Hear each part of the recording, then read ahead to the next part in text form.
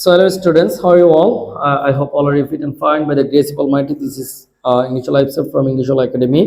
So আজকের ক্লাসে আমরা হচ্ছে যে মডেল ফ্রেজ শিখব। আমরা হচ্ছে জানি মডেলটির চারটা প্রকার আছে, তার মধ্যে ফিউ মডেলস, সেমি মডেলস, মো মডেলস, তারপর হচ্ছে model phrase.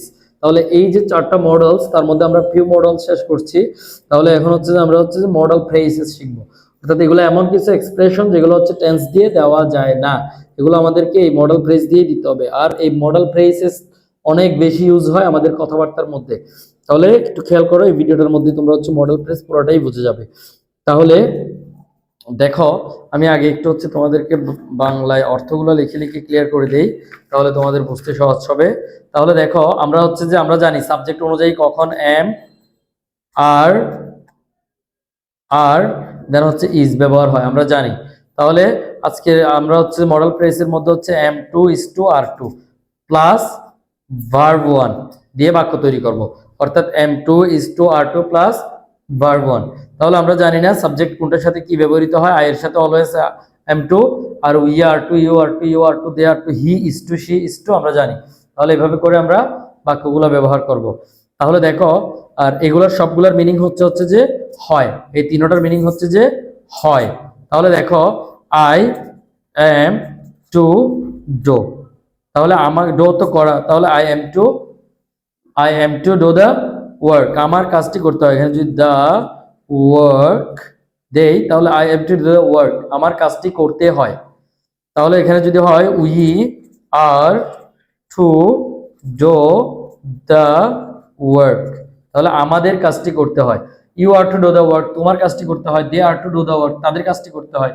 He is to do the work, তার কাজটি করতে হয়। হি দিয়ে একটা উদাহরণ দেই, he is to do the work, তাহলে হচ্ছে তার কাজটি করতে হয়। এখানে হি মানে হচ্ছে তার, সে কাজটি করতে হয় বলার চেয়ে তার বললে কথাটা অনেক সুন্দর হয়। তাহলে দেখো, আই এম টু ডু, আমাকে করতে হয়। উই আর টু ডো, আমাদেরকে করতে হয়। ইউ আর টু ডো, তোমাকে করতে হয়। দে আর টু ডো, তাদেরকে করতে হয়। হি ইজ টু ডো, তাকে করতে হয়। শি ইজ টু ডো, তাকে করতে হয়। ইট ইজ টু ডো, ইহাকে করতে হয়। রানা ইজ টু ডো, এই যে ইজ আর এম, এই তিনটা শেষ করতেছি আগে। তাহলে she is to do, it is to do, Rana is to do, my friend is to do. তাহলে এই যে যেখানে যেখানে ডো ব্যবহার করলাম, ডো এর জায়গায় তুমি go, read, speak, play, run, sing, write, swing, love, এগুলো সব ব্যবহার করে তুমি বাক্যগুলো তৈরি করতে পারবা। যদি এই প্যাটার্নটা বুঝে থাকো, এই যে এখানে যেটা বুঝালাম, এটা যদি বুঝে থাকো, দ্যাট মিনস হচ্ছে তুমি বাক্যগুলো তৈরি করতে পারবো। আচ্ছা, এর পরের ধাপে আমরা হচ্ছে যে শিখবো বি ভার্বের ওয়াজ ওয়ার এর ব্যবহার। তাহলে দেখো, ওয়াজ ওয়ার, তাহলে এগুলোর সাথে আমরা হচ্ছে টু ব্যবহার করব, অর্থাৎ ওয়াজ ওয়ার। তাহলে প্লাস ভার্ব 1, তাহলে এখানে হচ্ছে যে কি প্লাস সাবজেক্ট। তাহলে আমি যদি একটা উদাহরণ লিখি এভাবে, দেখো, I was to do the work, তাহলে I was to do the work. এখন একটা কথা হয় না যে স্যার এগুলার মিনিং কি? এগুলার মিনিং হচ্ছে যে হতো, অতীতকালে কোনো একটা কাজ আপনাকে করতে হতো, এগুলোর ব্যবহার করতে পারবেন আপনি। তাহলে দেখেন, I was to do the work, আমাকে কাজটি করতে হতো। এখানে আই দিয়ে কিন্তু আমাকে, আমি কাজটি করতে হতো বলার চেয়ে আমাকে কাজটি করতে হতো, এই জিনিসটা কিন্তু খুব সুন্দর হয়। তাহলে দেখো, যদি ওয়ার দিতে চাও তাহলে ইউতে গেলে ওয়ার হবে, আমরা তো জানি। তাহলে you were to do the work, আমাদের কাজটি করতে হতো। You were to do the work, তোমার কাজটি করতে হতো। They were to do the work, তার কাজটি করতে হতো। হি ওয়াজ টু, হিতে গেলে আবার দেখো হি ওয়াজ, কারণ থার্ড পারসন সিঙ্গুলার ওয়াজ হয়, আমরা জানি। হি ওয়াজ টু ডু দ্য ওয়ার্ক, তাহলে তার কাজটি করতে হতো, রানার কাজটি করতে হতো, আমার বন্ধুর কাজটি করতে হতো। এভাবে এই প্যাটার্নে এবার আসো। তাহলে হচ্ছে যে আজকে এখন আমরা হচ্ছে যে কি, এই যে এখানে ওয়াজ আর এই হচ্ছে ওয়ার, এই দুইটার ব্যবহার করব। তাহলে প্রথম আই এর সাথে ওয়াজ হয়, আমরা জানি। তাহলে আই ওয়াজ টু ডু, আমাকে করতে হতো। উই ওয়ার টু ডু, আমাদেরকে করতে হতো। ইউ ওয়ার টু ডু, তোমাকে করতে হতো। দে ওয়ার টু ডু, তাদেরকে করতে হতো। হি ওয়াজ টু ডু, তাকে করতে হতো। শি ওয়াজ টু ডু, তাকে করতে হতো। তাহলে এখানে যেখানে ডো দিলাম, এখানে তুমি গো দিলে গো হয়। তাহলে দেখো, আই ওয়াজ টু গো, আমাকে যেতে হতো। আই ওয়াজ টু রিড, আমাকে পড়তে হতো। আই ওয়াজ টু স্পিক, আমাকে কথা বলতে হতো। আই ওয়াজ টু প্লে, আমাকে খেলতে হতো। আই ওয়াজ টু রান, আমাকে দৌড়াতে হতো। তাহলে চমৎকার কিছু বাক্য কিন্তু তৈরি হচ্ছে। আর এই মডেল ফ্রেজের গুলা টেন্সের পরে সবচেয়ে বেশি বাক্য ব্যবহৃত হয় কিন্তু এই মডেল ফ্রেজ দিয়ে। আর এরপরে দেখো, আমি এরপরে তোমাদেরকে যে প্যাটার্নটা দিতে যাচ্ছি সেটা হচ্ছে হ্যাভ হ্যাজ। এই এখানে তো এগুলো ব্যবহার বেশি হয় বললামই, এবং এগুলার চেয়েই সবচেয়ে বেশি ব্যবহার হয় আবার কিন্তু হচ্ছে যে হ্যাভ টু, হ্যাজ টু, সবচেয়ে বেশি ব্যবহৃত হয়। আমরা যখন কথা বলি শুধুমাত্র হ্যাভ টু হ্যাজ টু ব্যবহার করি প্রায় 40-50%। তাহলে দেখো have to has to plus verb one, have to has to plus verb one, আর সামনে হচ্ছে সাবজেক্ট। তাহলে দেখো I have to do the work, তাহলে I have to do the work, তাহলে আমাকে কাজটি করতে হবে, আমাকে কাজটি করতে হবে। I have to do the work, আমাকে কাজটি করতে হবে। I have to go to school, আমাকে স্কুলে যেতে হবে। I have to do my homework, আমার বাড়ির কাজ করতে হবে। I have to learn English, আমাকে ইংলিশ শিখতে হবে। You have to speak English, তোমাকে ইংলিশ বলতে হবে। জাস্ট এখানে যদি ইউ দাও তাহলে কিন্তু ইউ দিয়ে সব হয়ে যাচ্ছে। You have to learn English, you have to go there, you have to speak English, you have to watch the television, you have to finish your task. মানে তোমার যা যা করতে হবে বোঝাচ্ছে সবকিছু তুমি হচ্ছে এই হ্যাভ টু দিয়ে ব্যবহার করতে পারবা। চমৎকার একটা প্যাটার্ন। কথার মধ্যে সবচেয়ে বেশি ব্যবহার করি হচ্ছে যে হ্যাভ টু, টেন্সের পরেই। তারপরে যদি থার্ড পারসন সিঙ্গুলার হয় তখন হচ্ছে তোমাকে হচ্ছে যে এখানে হ্যাজ টু ব্যবহার করতে হবে। Has to, he has to do, তাকে করতে হয়, তাকে করতে হবে। হি হ্যাজ টু ডু, তাকে করতে হবে। তাহলে হি হ্যাজ টু গো, তাকে যেতে হবে। হি হ্যাজ টু লার্ন, তাকে শিখতে হবে।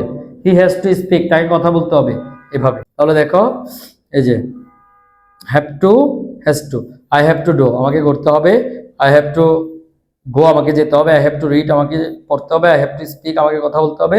আই হ্যাভ টু প্লে, আমাকে খেলতে হবে। এভাবে করে সেম প্যাটার্ন, এখানে যে প্যাটার্নটা দিলাম এটা যদি বুঝে থাকো তাহলে কিন্তু ওইগুলা দিয়ে তুমি বাক্যগুলা তৈরি করতে পারবা।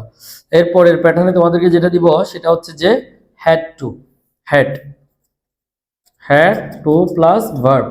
এটা মিন্স হচ্ছে যে হয়েছিল, হয়েছিল, অর্থাৎ অতীতকালে কোনো একটা কাজ তোমাকে করতে হয়েছিল। তাহলে এভাবে দেখো আই হ্যাড টু গো, আমাকে যেতে হয়েছিল। আই হ্যাড টু গো, আমাকে যেতে হয়েছিল। উই হ্যাড টু গো, আমাদেরকে যেতে হয়েছিল। এখানে হিতে গেলেও কিন্তু সেমই হবে। হি হ্যাড টু গো, তাকে যেতে হয়েছিল। My friend had to go, আমার বন্ধুকে যেতে হয়েছিল। এভাবে করে হ্যাড টু ব্যবহার করতে পারো। এরপর একদম ফাইনাল যে প্যাটার্ন সেটা হচ্ছে যে will have to, will have to subject, আর এদিকে হচ্ছে যে ভার্ব ওয়ান। তাহলে দেখো উইল হ্যাভ টুর ব্যবহারটা তুমি কিভাবে খুব ইজিলি করতে পারো। তোমাকে কোনো একটা কাজ করতেই হবে, করতেই হবে, দ্যাট মিনস হচ্ছে তোমার এটা বাধ্যতামূলক করতেই হবে, তখন তুমি উইল হ্যাভ টু ব্যবহার করবা। তাহলে তুমি, আমি যদি একটা উদাহরণ বলি যে আমাকে ইংরেজি শিখতেই হবে, তখন আমি বলতে পারি যে I will have to learn English. তাহলে আমাকে ইংরেজি শিখতেই হবে, অর্থাৎ আর কোনো ওয়ে নাই। তখন আমি এই প্যাটার্ন ব্যবহার করতে পারি যে আমাকে ইংলিশ শিখতেই হবে, তোমাকে ইংলিশ শিখতেই হবে। তাহলে you will have to learn English, তোমাকে ইংলিশ শিখতেই হবে। তোমাকে ভিডিওটি দেখতেই হবে, তাহলে you will have to watch the video, তোমাকে ভিডিওটি দেখতেই হবে। তাহলে এই যে এই প্যাটার্নটা তোমরা একটু ভালোভাবে দেখো, একটা স্ক্রিনশট নিয়ে নিতে পারো, তখন তোমরা এখান থেকে ধরে ধরে বাক্যগুলো তৈরি করবা। আর যদি না বুঝে থাকো তাহলে কোনো কমেন্টস করলে আমরা হচ্ছে রিপ্লাই দিয়ে দিব। আশা করি চমৎকারভাবে ক্লাসগুলো তোমরা এনজয় করতেছো, এবং এই যে একদম ডিটেলসে সব বলে দেওয়া ফ্রি ক্লাসে, এটা আমরা করে যাচ্ছি শুধুমাত্র তোমাদের উপকারের জন্য। তোমরা একটু প্র্যাকটিস করো এবং শিখো। আশা করি you will overcome and you will win your English journey. তুমি হচ্ছে তোমার ইংলিশ জার্নিতে তুমি আশা করি তুমি জিতবে। সো এভাবে করে প্র্যাকটিস করতে থাকো। সো বেস্ট অফ লাক, দেখা হচ্ছে পরের ক্লাসে।